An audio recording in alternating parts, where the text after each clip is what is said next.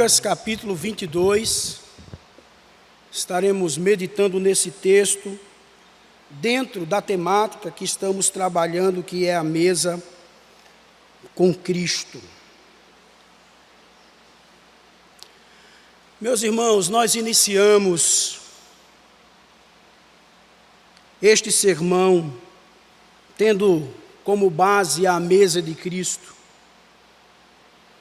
E nestes últimos domingos nós temos acompanhado diversos momentos de Jesus, compartilhando assim uma refeição e, consequentemente, pregando e ensinando o Evangelho. Hoje, nós iremos falar da mais importante, dentre muitas outras mesas que Jesus compartilhou. Nós estamos, irmãos, diante de um momento em que a palavra ela é materializada em uma refeição. Essa refeição, relatada aqui em Lucas 22, ela é uma refeição que traz comunhão, reorienta a vida, ela nos aponta para o alvo. Passamos, irmãos, a comer na presença de Deus, celebrando a sua generosidade na criação e salvação.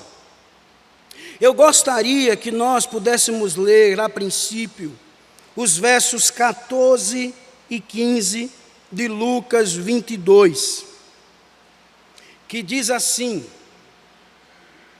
quando chegou a hora, Jesus e os seus apóstolos reclinaram-se à mesa e lhes disse: desejei ansiosamente comer esta Páscoa com vocês antes de sofrer.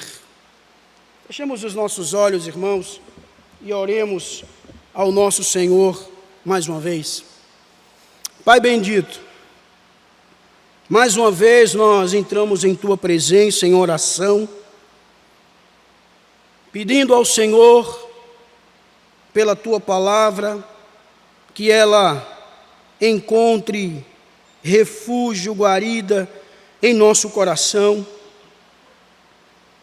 que possamos, ó Deus, nesta hora entendê-la e aplicá-la em nossas vidas. Tanto os meus irmãos como eu, Senhor, estamos na Tua total dependência.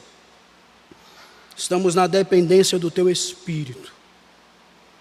Que o Senhor nos dê graça, que o Senhor nos dê sabedoria, que o Senhor tenha misericórdia de nós.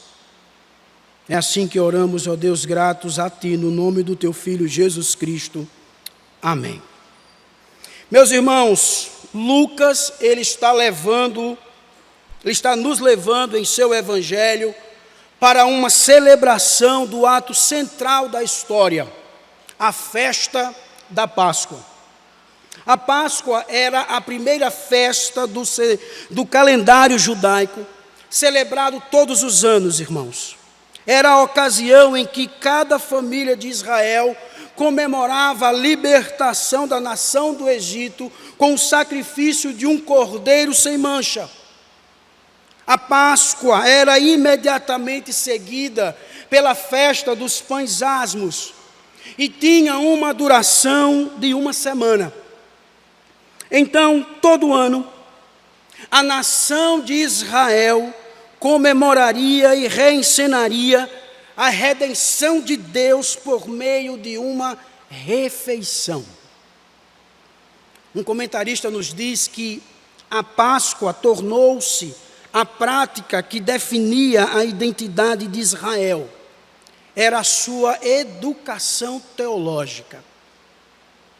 Este momento, irmãos, representa a redenção materializada em uma refeição, para uma refeição com Deus. Por fim, para nos situarmos, nesse texto, Jesus e seus discípulos, eles estavam em Jerusalém.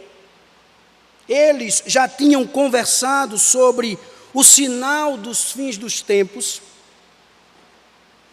como isso se daria.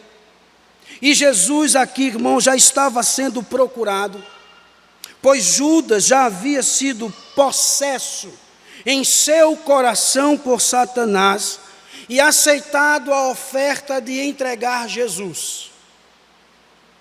Irmãos, nós seremos levados a lembrar de todas as verdades principais acerca do propósito de Deus e de sua representatividade aqui em Lucas 22. E em primeiro lugar, nós precisamos observar a preparação. Voltemos ao texto, agora para os versos 7 a 9, que diz assim: finalmente, chegou o dia dos pães sem fermento, no qual deveria ser sacrificado o cordeiro pascal. Jesus enviou Pedro e João, dizendo: vão preparar a refeição da Páscoa. Onde queres que a preparemos? Perguntaram eles. O primeiro dia da festa chegou. Quinta-feira, 14 de Nissan. Era o dia em que o cordeiro pascal tinha de ser sacrificado. Era relembrado ao povo de Deus da passagem do anjo da morte sobre a casa dos israelitas no Egito, onde através do sangue eles seriam poupados.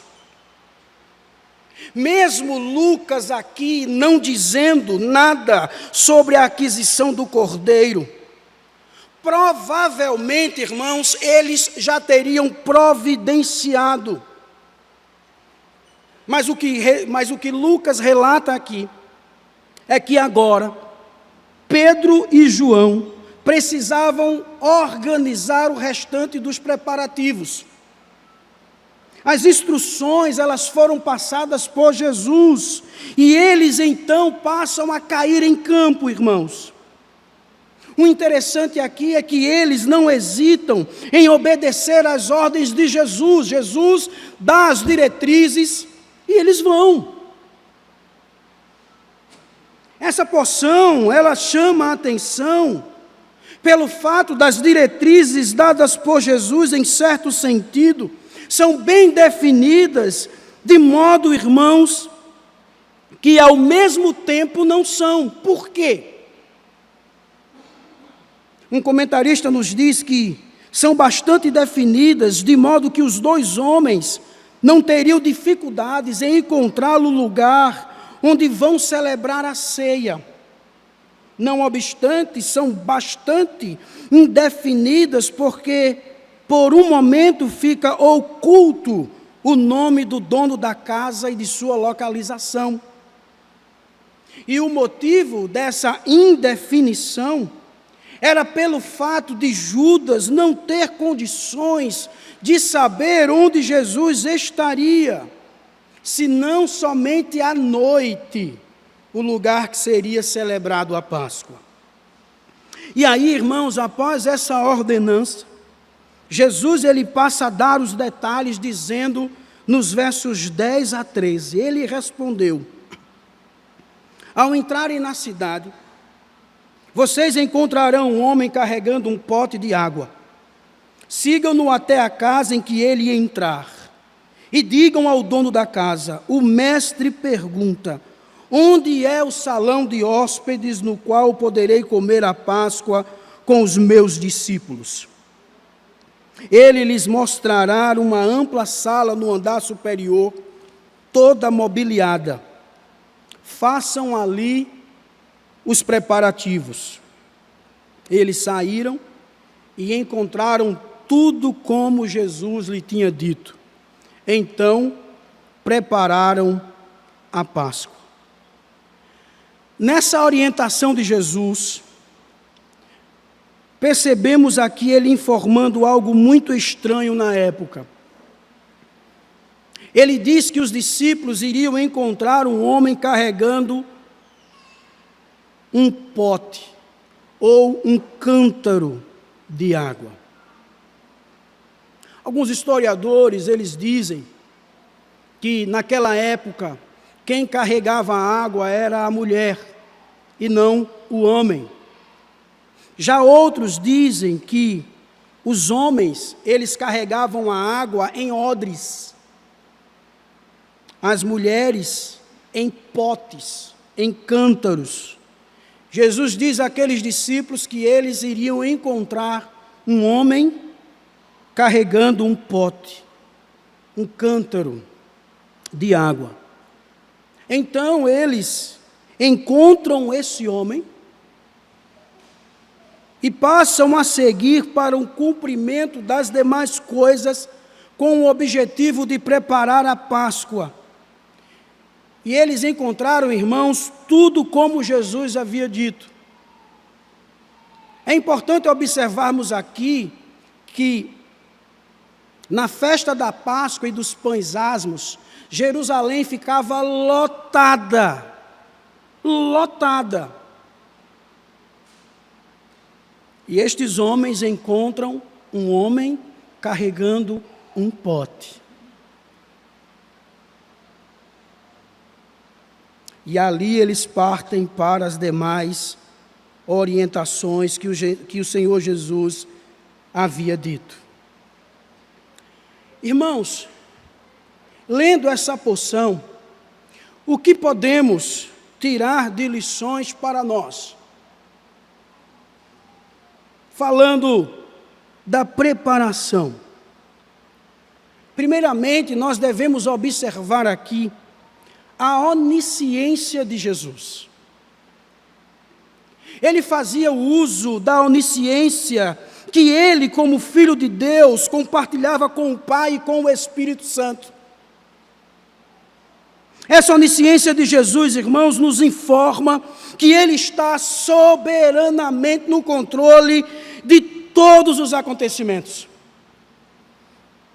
Que Jesus conhece todas as coisas, que todas as coisas são possíveis a ele, todas as coisas são reais, todos os eventos, que ele conhece todas as criaturas, todo o passado, todo o presente, todo o futuro. Ele conhece, meus irmãos, perfeitamente todos os pormenores da vida de todos os seres que há no céu e no inferno. Nada escapa de sua atenção, nada pode ser escondido dele, não há nada que ele esqueça. Ele é o próprio Deus onisciente, irmãos. Nós somos lembrados do que o autor aos Hebreus diz no capítulo 4, verso 13: nada em toda a criação está oculto aos olhos de Deus. Tudo está descoberto e exposto diante dos olhos daquele a quem havemos de prestar contas. Tudo. Não podemos nos esconder do Senhor. Ele sabe de tudo. Ele sabe quando você se assenta e quando se levanta. Sabe o que passa em sua mente. Sabe quando você está trabalhando ou descansando. Todos os teus caminhos, meus irmãos, são conhecidos dele. Até as palavras, ao chegarem à sua língua, ele já sabe. Este é Jesus. Por isso, vendo essa ação de Jesus, nos preparativos para a Páscoa, somos motivados, irmãos, a orar mais e mais. Não há motivos para temermos que as nossas petições justas não sejam ouvidas, que as nossas lágrimas não sejam notadas por Ele. Meu querido, se você não consegue dar expressão ao anseio mais profundo de sua alma, não se preocupe, pois isso não comprometerá a sua oração. Pois como diz Isaías 65, verso 24, antes de clamarem, eu responderei. ainda não estarão falando, e eu os ouvirei. Jesus, irmãos, Ele é onisciente.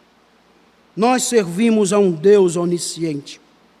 Uma outra lição que podemos tirar daqui é a confiança e a obediência dos discípulos de Jesus. Eles não hesitaram em seguir em frente na missão. Pedro e João estavam certos de que as palavras de Jesus eram dignas de confiança, que ele estava dizendo a verdade. Aqui nós não vemos eles se perguntando: será que isso vai dar certo? Que loucura é essa? Que Jesus está falando de encontrar um homem carregando um cântaro. Eles não questionaram Jesus. Eles apenas ouviram e foram. E foram. Apenas disseram: Senhor, como queres que façamos? Jesus deu as diretrizes e eles foram. Nós devemos ser assim como eles, irmãos. Jesus, Ele tem o caminho certo para cada um de nós. Nós precisamos entender isso, pois constantemente Jesus tem falado por meio da sua palavra a cada um de nós. E Ele diz em sua palavra que devemos confiar nele. É o que cantamos aqui, que a nossa alma se satisfaz nele, que a palavra dele é suficiente. Ele tem um caminho certo para você que nos visita aqui hoje,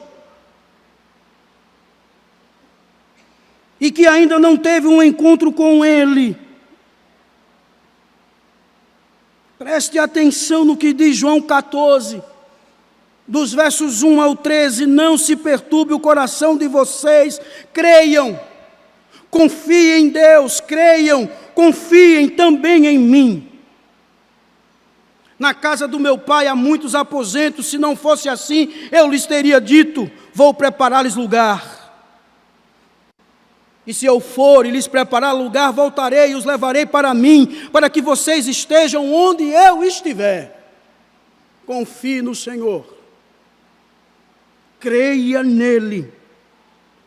Todos nós devemos crer nele, meus irmãos. Temos que crer nele mais profundamente. Temos que descansar nele sem restrições. Temos que nos apegar a ele com mais firmeza. Temos que depender mais dele completamente. Sem dúvida, este pequeno grupo que iria se assentar à mesa para aquela última ceia, havia crido e aprovado a realidade de sua fé, ao desistirem de tudo por amor a Cristo. Por amor a Cristo. Nós servimos, irmãos, a um Deus que é onisciente. Jesus, sendo o próprio Deus, Ele é onisciente. E temos que confiar nele, porque a sua palavra é certa. A sua palavra é verdadeira. Em segundo lugar, irmãos, vamos à mesa. Após os preparativos, temos agora a mesa, versos 14 ao 20.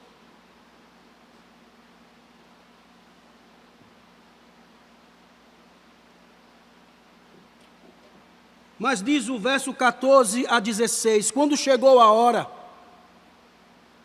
Jesus e os seus apóstolos reclinaram-se à mesa e disse-lhes: desejei ansiosamente comer esta Páscoa com vocês antes de sofrer. Que palavra, meus irmãos, nos textos mais lindos da Escritura. Desejei ansiosamente comer esta Páscoa com vocês antes de sofrer. Pois eu lhes digo, não comerei dela novamente, até que se cumpra no reino de Deus. Meus irmãos, estamos agora diante da mesa da morte e da vida.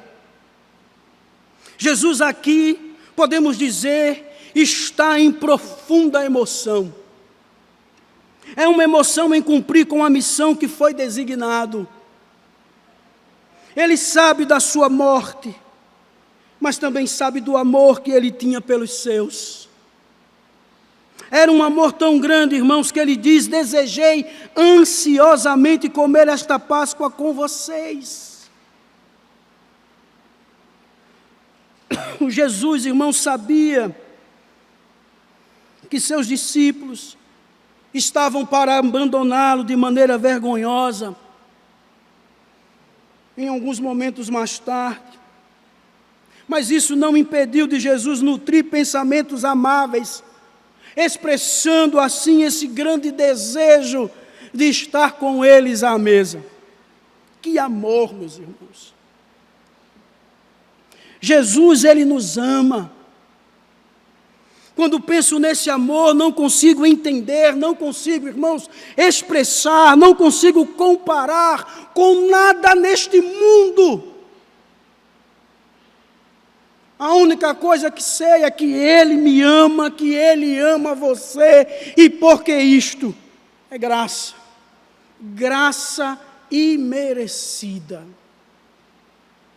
Mas o texto também diz que essa é uma refeição que Ele jamais irá repetir neste mundo. A sua presença nesta mesa com os seus só irá acontecer quando se cumprir o reino de Deus. E um comentarista, irmãos, nos diz que ele não voltará a comê-la de novo até que seu sentido típico e simbólico se cumpra plenamente no novo céu e nova terra. Porque Jesus, Ele não participará pessoalmente deste momento aqui nesta terra. É porque, irmãos, o reino de Deus é o lugar da libertação do seu povo de todo o pecado e impiedade. É o lugar onde se cumprirá em toda a sua plenitude. Ele só irá comer novamente desta mesa no reino de Deus, porque é o lugar onde a comunhão entre Ele e os remidos será aperfeiçoada. É o que diz Apocalipse, capítulo 3, verso 21. Ao vencedor darei o direito de sentar-se comigo em meu trono, assim como eu também venci e sentei-me com o meu Pai em seu trono. Volte para a sua Bíblia. Vejam agora os versos 17 e 18. Recebendo um cálice, ele deu graças e disse: tomem isto e partilhem uns com os outros, pois eu lhes digo que não beberei outra vez do fruto da videira, até que venha o reino de Deus. Jesus agora, após expressar o seu sentimento, o seu desejo, a sua emoção de estar com seus discípulos, ele passa a distribuir os alimentos encontrados naquela mesa. É preciso que venhamos entender algo aqui. Ao redor da mesa, especificamente na Páscoa, havia todo um processo. Nós chamamos esse processo de ordem da festa da Páscoa. E um exemplo dessa ordem era que vários cálices eram distribuídos entre os participantes, cada um com o seu significado. Ao todo eram 4 cálices compartilhados durante a refeição. Não se tem certeza de qual ordem está este cálice que Jesus dá aos discípulos. O importante, irmãos, aqui é que este cálice que Jesus passa aos discípulos era um símbolo de comunhão. À mesa deve haver comunhão. O texto nos diz que todos estavam partilhando uns com os outros. E pela segunda vez, Jesus informa aos seus amigos discípulos que não participará desta mesa, mas só no reino de Deus. esta informação dada pela segunda vez, provavelmente levou os seus discípulos a entenderem que o fim do mistério dele estava chegando, do ministério dele estava chegando ao fim. Então, irmão, Jesus passa a institucionalizar a ceia do Senhor. A Páscoa agora passa a ser a ceia do Senhor. E aí nos versos 19 ao 20 ele diz, tomando o pão, deu graças, partiu e o deu aos discípulos, dizendo, isto é o meu corpo dado em favor de vocês. Façam isto em memória de mim. Da mesma forma, verso 20, depois da ceia, tomou o cálice da redenção, dizendo, este cálice é a nova aliança no meu sangue, derramado em favor de vocês. O novo sacramento passa a substituir o antigo. Jesus passa a informar que o pão passa a ser o seu corpo e o vinho o seu sangue. Isto sendo uma representatividade do que estava prestes a acontecer. E novamente, irmãos, lendo um comentarista, ele nos diz que ao vincular historicamente, de forma íntima, a Páscoa e a ceia do Senhor, Jesus também esclareceu que o que era essencial na primeira não se perdeu na segunda. Ambas apontam para Ele, o único e todo suficiente sacrifício pelos pecados do seu povo. A Páscoa aponta para frente, a ceia aponta para trás. Tudo isso deve agora ser feito em memória dele. É por meio da ceia, agora instituída, irmãos, que todos devem lembrar de seu sacrifício e passe a amá-lo, que venham refletir sobre esse sacrifício e possam abraçá-lo pela fé. Que eles possam agora olhar para frente com uma viva esperança em seu regresso. Meus irmãos, quando nós estudamos os atributos de Deus, especificamente o seu amor, é-nos dito 3 coisas a respeito da sua natureza. Primeiro, que Deus ele é Espírito. Segundo, que Deus é luz. E terceiro, que Deus é amor. Não é simplesmente que Deus ama, mas que é o amor em si. O amor, irmãos, não é meramente um dos seus atributos, mas sim a sua própria natureza. Esse seu amor não é influenciado, ele é eterno, é soberano, é infinito, é imutável, é santo. É cheio de graça. Tudo isso, irmãos, é expressado na pessoa de Jesus Cristo. Tudo isso. Jesus é o único canal através do qual flui este amor. Percebam, quando lemos as Escrituras, passamos a perceber como fomos escolhidos em Cristo, como fomos aceitos nele, como a nossa vida está escondida nele. Assim também, irmãos, somos amados nele. Quando nada aquece o nosso coração, quando nada mais aquece o nosso coração do que a contemplação espiritual do amor de Deus, irmãos, somos erguidos fora e acima da nossa própria vida miserável. Quando isso acontece, a nossa alma, ela é renovada de contentamento. Quando passamos a refletir no amor que Deus tem por nós, tudo na nossa vida nós passamos a observar com contentamento, com alegria. Como disse Pink, conhecer e crer no amor que Deus tem para comigo é tanto um penhor quanto um antegosto do próprio céu. Fato é, irmãos, Deus, Ele nos ama em Cristo. Ele nos ama. Deus, Ele se deleita infinitamente ao contemplar o seu povo, ao seu Filho.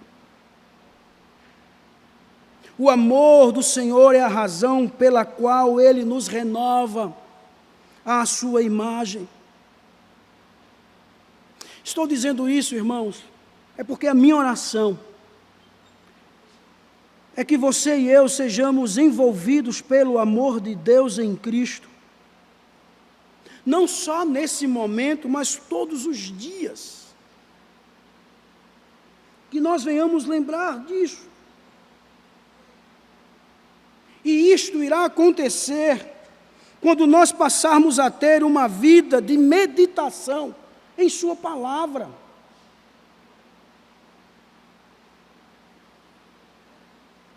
Quando nós nos sentirmos deprimidos, passando por apertos, devemos, irmãos, clamar pelo amor do nosso Senhor na oração e passarmos a ter segurança de que esse amor não negará nada de bom a nós.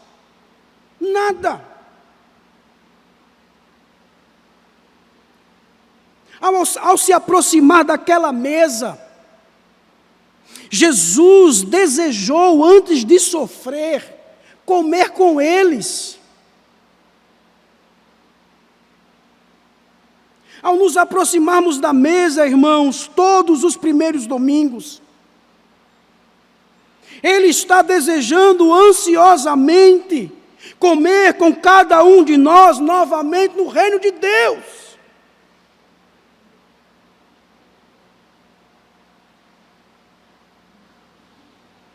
E mais uma vez eu me dirijo a você,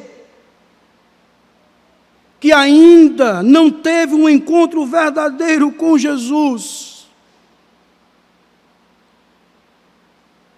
João 3,16 diz, porque Deus tanto amou o mundo que deu o seu Filho unigênito, para que todo aquele que nele crer não pereça, mas tenha vida eterna. Ele, irmãos, de acordo com a sua vontade e pela ação do Espírito Santo, fará você experimentar esse amor. Olhe para a cruz, confesse os seus pecados, se arrependa e tenha certeza que Ele foi até aquela cruz, sofreu, morreu em seu lugar. É nessa cruz que o Pai, irmãos, olha para você, por meio de Cristo, com grande compaixão e misericórdia. Por isso que temos que nos alegrar, porque o reino de Deus é boa notícia. Que boas novas, irmãos, Jesus Ele traz, um reino que é um reino de justiça, um reino de paz, um reino de alegria, um reino de liberdade, um reino de vida. Satanás apresentou uma mentira no jardim, mostrando Deus como más notícias e que o homem seria mais livre sem Deus. Jesus aqui, irmãos, nos mostra que é este reino de Deus que nos tira da escravidão do pecado e nos dá liberdade santa.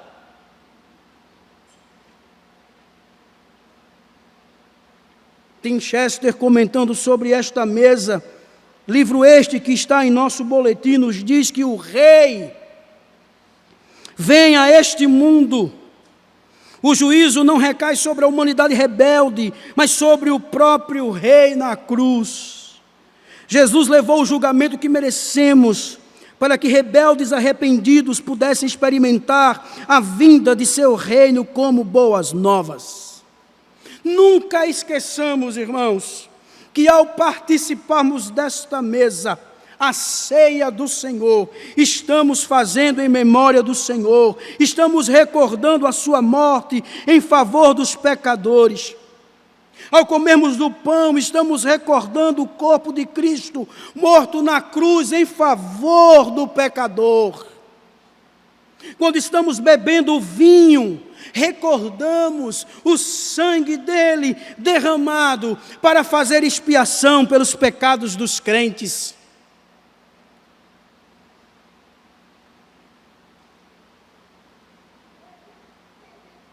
Temos, irmãos, é que rejeitar que o pão e o vinho se transformem em carne e sangue, e que este sacramento trará algum tipo de milagre. Temos que rejeitar isso. Esta ceia é uma ordenança comemorativa que deve ser recebida por fé apenas. Por isso que devemos ter muito cuidado para que esse sacramento, que é um ato memorial, não venha se tornar um sacrifício. Para que nós venhamos, irmãos, ter comunhão com o nosso Senhor e com a sua comunidade, nós trazemos à memória aquilo que o Senhor fez na cruz do Calvário. Por fim, em terceiro e último lugar, após os preparativos, e Jesus ali naquela mesa, ele estava sentado com pecadores. Com pecadores. Vejam, volte sua Bíblia aí, a sua Bíblia. Vejam o que diz os versos 21 e 23. Mas eis que a mão daquele que vai me trair está com a minha sobre a mesa. O Filho do Homem vai, como foi determinado, mas é daquele que o trai. Eles começaram a perguntar entre si qual deles iria fazer aquilo. Jesus sempre esteve rodeado de pecadores. Este foi um dos motivos da sua vinda: andar com pecadores, servir a pecadores, dar a sua vida por pecadores. Não temos como dizer aqui o momento certo desse ato de Judas. Nenhum dos evangelistas colocam este evento em uma sequência.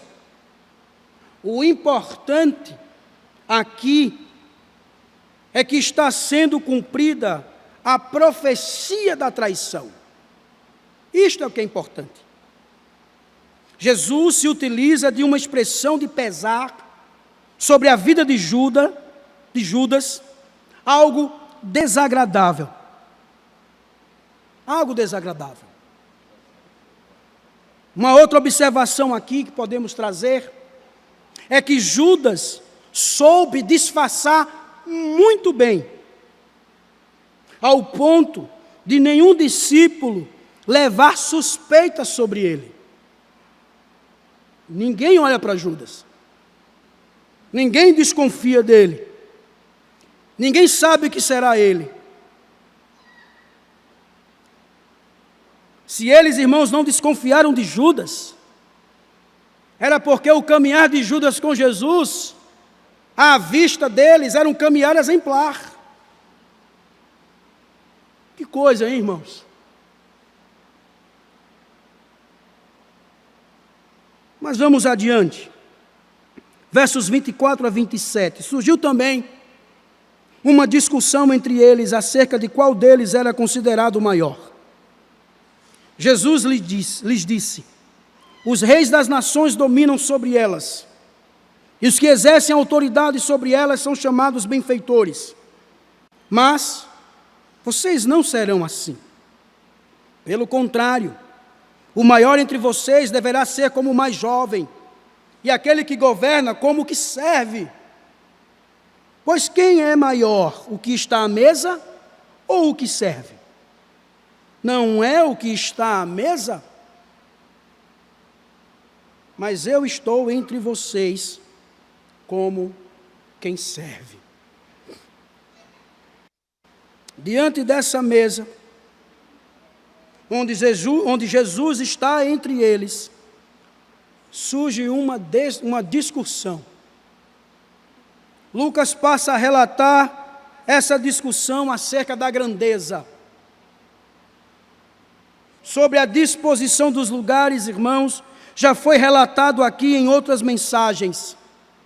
Mas vejam, Jesus, há poucos minutos, havia centralizado a sua atenção nas necessidades deles, demonstrando o seu grande amor de forma bastante intensa. Enquanto Jesus estava ali, em seu coração, sentindo compaixão deles, eles estavam desperdiçando tempo com a pergunta: qual de nós é o maior?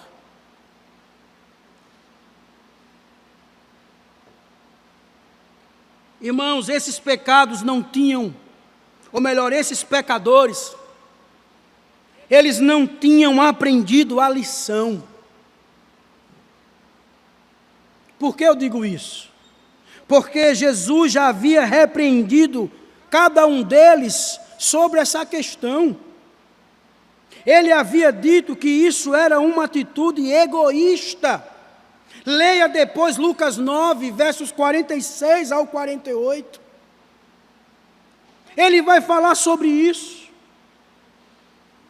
E vendo aquela discussão, Jesus passa a demonstrar a cada um deles, mais uma vez, que o egoísmo era uma atitude mundana, uma atitude pagã. Jesus, ele traz à lembrança o egocentrismo dos reis dos gentios. Jesus passa a dizer a eles: vocês não serão assim. O que Jesus quer, irmãos, é que eles cultivem um espírito oposto a essa maneira de pensar, que eles venham mostrar disposição contrária a isto. O interessante é que quando vamos para o Antigo Testamento, percebemos os relatos de consideração dos idosos como dignos de honra e de serem respeitados. Mas aí, meus irmãos, aquele que pensa ser o maior, Jesus diz que se torne o de menos honra diante dos outros, que seja como um jovem. Um comentarista diz assim, que Jesus quer que o maior seja o mais jovem, o menor em honra. Ele quer que o líder seja um servidor.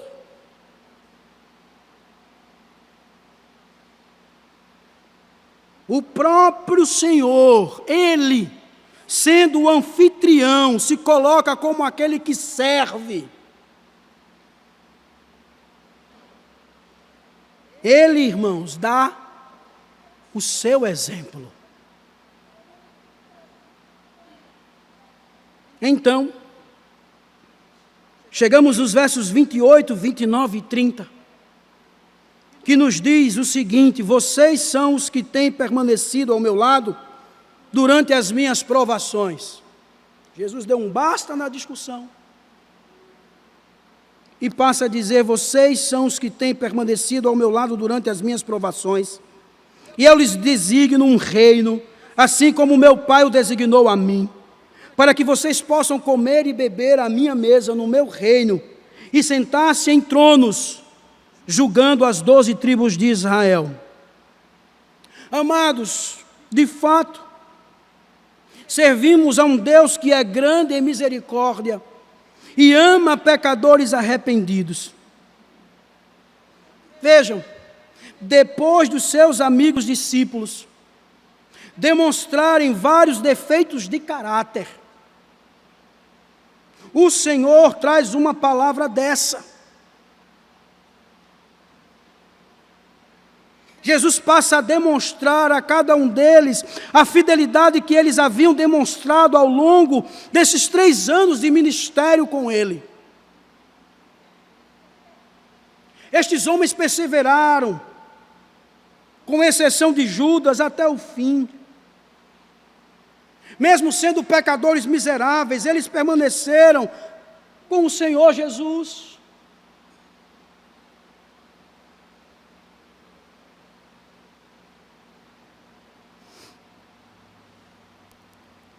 Como recompensa, irmão, Jesus designa um reino, um lugar de deleite que será experimentado pelos seus amigos discípulos, ou seja, o novo céu e a nova terra. Meus irmãos, à mesa de Cristo, devemos ter em mente que ela está rodeada de pecadores, pessoas imperfeitas como você e eu.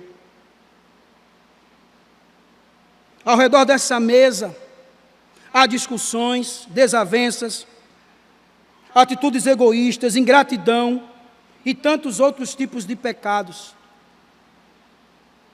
Quem dentre nós pode dizer que não teve atitudes semelhantes? A imperfeição faz parte, irmãos, do nosso caráter, corrompido pelo pecado. Jesus, Ele tem repreendido constantemente a nossa forma de pensar, a nossa forma de falar e a nossa forma de agir. Somos pegos por Ele, irmãos, falando mal um do outro. Somos pegos por Ele, menosprezando alguns, dando mais atenção àqueles que têm algo a nos oferecer. Somos encontrados por Ele, nos achando os melhores, os mais capazes, os mais espirituais, a última bolacha do pacote.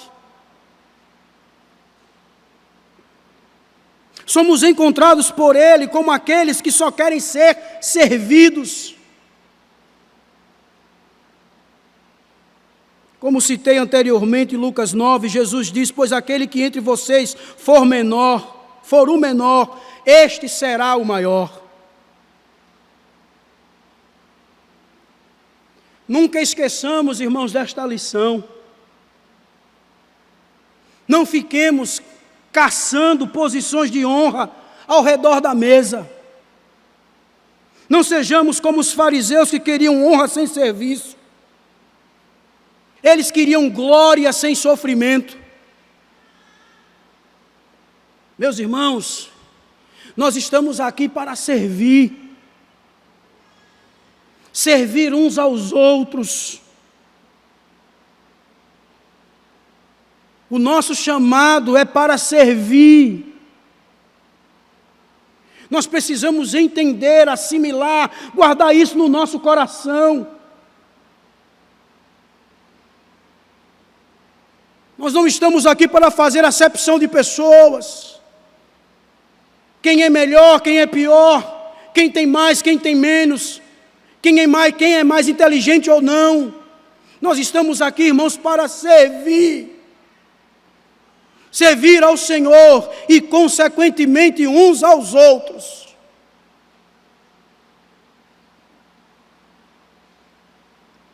Mas olhe, se você tem agido assim, se esses pecados têm estado presentes em sua caminhada, se arrependa.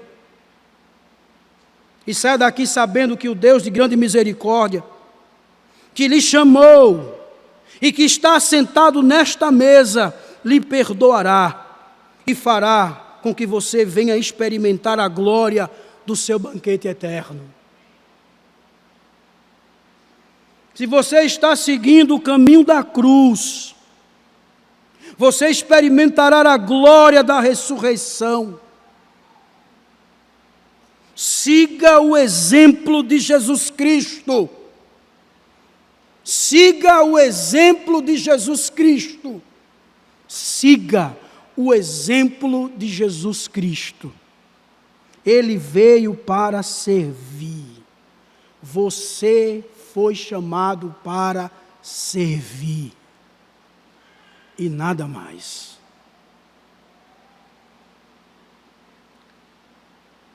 Outra lição que podemos tirar aqui é respondendo à pergunta: como está a nossa fidelidade ao Senhor?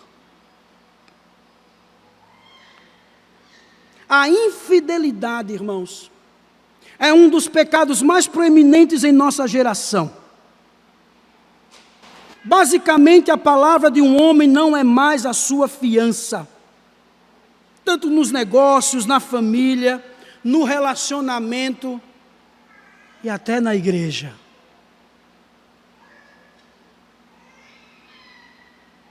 A palavra não é mais a sua fiança.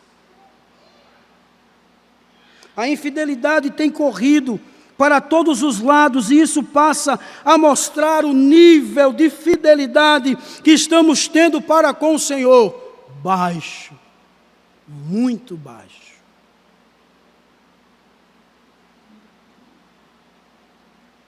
E quantas maneiras temos sido infiéis a Cristo, à luz e aos privilégios que Deus tem nos concedido, irmãos. Jesus, ele olhou para aqueles seus amigos discípulos e viu ali pecadores miseráveis. Mas Jesus viu ali corações arrependidos, vidas que deixaram tudo para segui-lo. É óbvio, irmãos, que Jesus não prometeu o seu reino por causa da fidelidade dos seus amigos discípulos, de forma nenhuma. A promessa se baseia na sua própria fidelidade a Ele mesmo. Essa é a qualidade, essa qualidade é essencial a seu ser. Como diz Paulo a Timóteo, em sua segunda carta, capítulo 2, verso 13, se somos infiéis, Ele permanece fiel, pois não pode negar-se a si mesmo. A nossa fidelidade a Ele, irmãos, deve ser em resposta a tudo que Ele tem feito e prometido a nós. Ele é fiel na preservação do seu povo. Ele é fiel na disciplina ministrada ao seu povo. Ele é fiel na glorificação do seu povo. Isso, irmãos, nos move a lutarmos contra a nossa carne e pecados e desejarmos a ter uma vida de fidelidade a Deus. Pois Ele disse: eu lhe designo um reino, assim como meu Pai o designou a mim.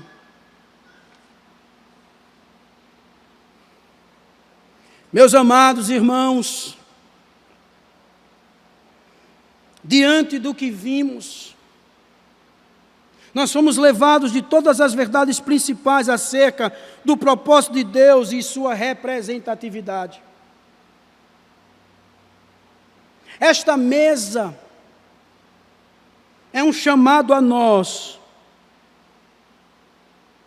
onde passamos a ver o agir de Deus de acordo com a sua aliança. Nos perdoar, nos aceitar e nos receber na sua mesa por meio da obra consumada de Cristo.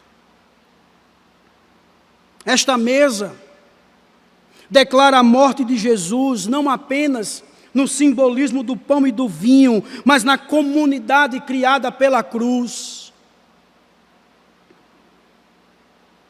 Esta ordenança de Jesus em participarmos do pão e vinho forma uma refeição que nos une, irmãos, como comunidade. Ela nos leva a entender que a família que come unida, permanece unida. Esta mesa nos leva a entender que dependemos do Senhor, somente dEle. A nossa comunhão, meus irmãos, depende dEle. Não somos autossustentáveis. É Ele, somente Ele que nos sustenta. Se não for Ele, nada disso adianta. Esta mesa nos lembra que dependemos da sua graça, somente da sua graça. Não devemos ser só observadores, irmãos, dessa mesa da comunhão. Temos que ser participantes. Não devemos ficar distantes. Claro que a nossa salvação não depende da participação na ceia do Senhor, mas é algo que a comunhão e a participação nela se torna, irmãos, uma realidade para nós. Que a salvação se torna uma realidade para nós. Ao chegarmos juntos, passamos a representar nossa união com Jesus, que os nossos pecados são perdoados, que somos justificados e adotados por Ele. Por fim, irmãos, ao participarmos desta mesa em comunidade, nós estaremos sendo a cada dia forjados por Ele. Participar desta mesa, estaremos aprendendo e reaprendendo o nosso papel. Seremos lembrados que a nossa vida deve estar sempre centrada na cruz de Cristo. Em sua mesa, irmãos, como pecadores que somos, pela fé, nos aproximemos e comamos do pão e bebamos do cálice, para a glória e para o louvor do nosso Deus. Que Deus nos ajude, irmãos. Que Deus tenha misericórdia de nós. Que a sua graça esteja sempre sobre nós.